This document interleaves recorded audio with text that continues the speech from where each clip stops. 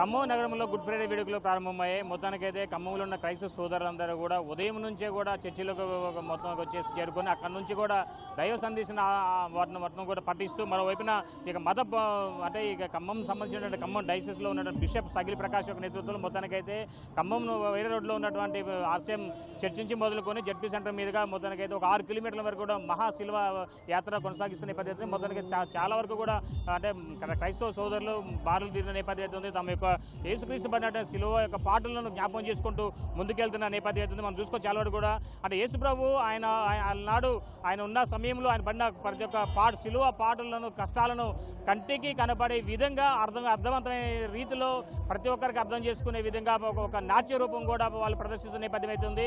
అయితే దీనికి సంబంధించి అసలు ఈ 40 రోజులు ఉపవాసం చేసినటువంటి ఈ యొక్క క్రిస్టియన్స్ యొక్క గొప్పతనం ఏంటి, అదేవిధంగా ఈ గుడ్ ఫ్రైడే యొక్క వేడుకకు ఉన్నటువంటి ప్రాముఖ్యత ఏంటని చెప్పి మన ఖమ్మం బిషప్ సగిలి ప్రకాష్ ఉన్నారు. మనం మాట్లాడుతుందాం.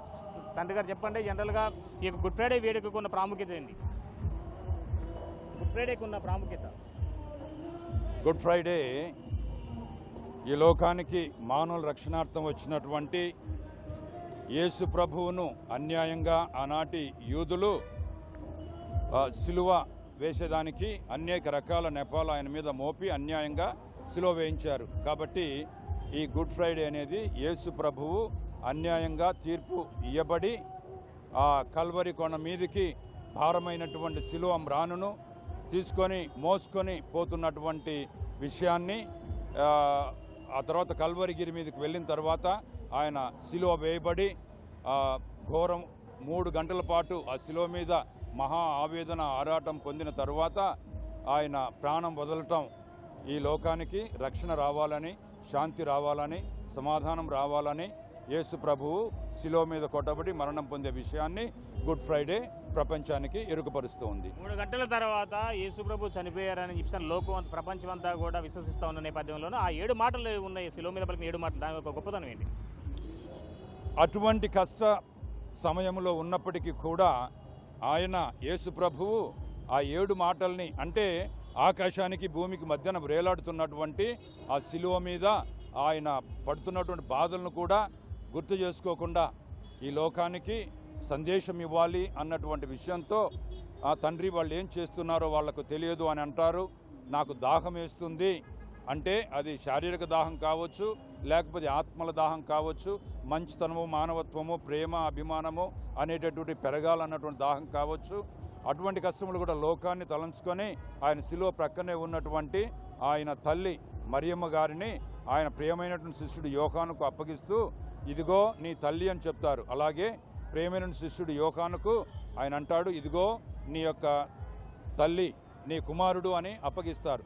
ఈ విధంగా ఆయన ఆ శిలువ మీద 7 మాటలు వాక్యాన్ని పలుకుతారు. గుడ్ ఫ్రైడే వేడుకల తర్వాత మరలా శనివారం పూట జాగరణ పూజ అంటారు, తర్వాత మరలా ఈస్టర్ పండుగ అంటారు. దాని ప్రాముఖ్యత మనం అందరం అనుకుంటాము మరణముతోనే అంతము అయిపోయింది అని చెప్పి. కానీ ఈ యొక్క విశ్వములో మరణించిన తర్వాత 3 రోజులకు సజీవుడై అప్పుడు ముందు ఏ శరీరంతో ఉన్నారో ఆ శరీరంతోనే లేచినటువంటి సమాధిని గెలిచినటువంటి మహోన్నతుడు యేసుక్రీస్తు. కాబట్టి మానవాళికి ఈ యొక్క పునరుత్థానము అనేది ఒక గొప్ప సందేశం. మనకు వచ్చినటువంటి కష్టాలు కానీ, బాధలు కానీ, నిరుత్సాహాలు కానీ అవే అంతం కాదు. మనము తిరిగి లేయగలము, జీవించగలము, దృఢంగా బలంగా మనము నడిచి వెళ్ళగలము, మన జీవితాన్ని సాగించగలము అనేటటువంటి విషయాన్ని ప్రపంచానికి చాటి చెప్పేటటువంటి గొప్ప పండుగ యేసు పునరుత్థాన పండుగ లేక ఈస్టర్ పండుగ.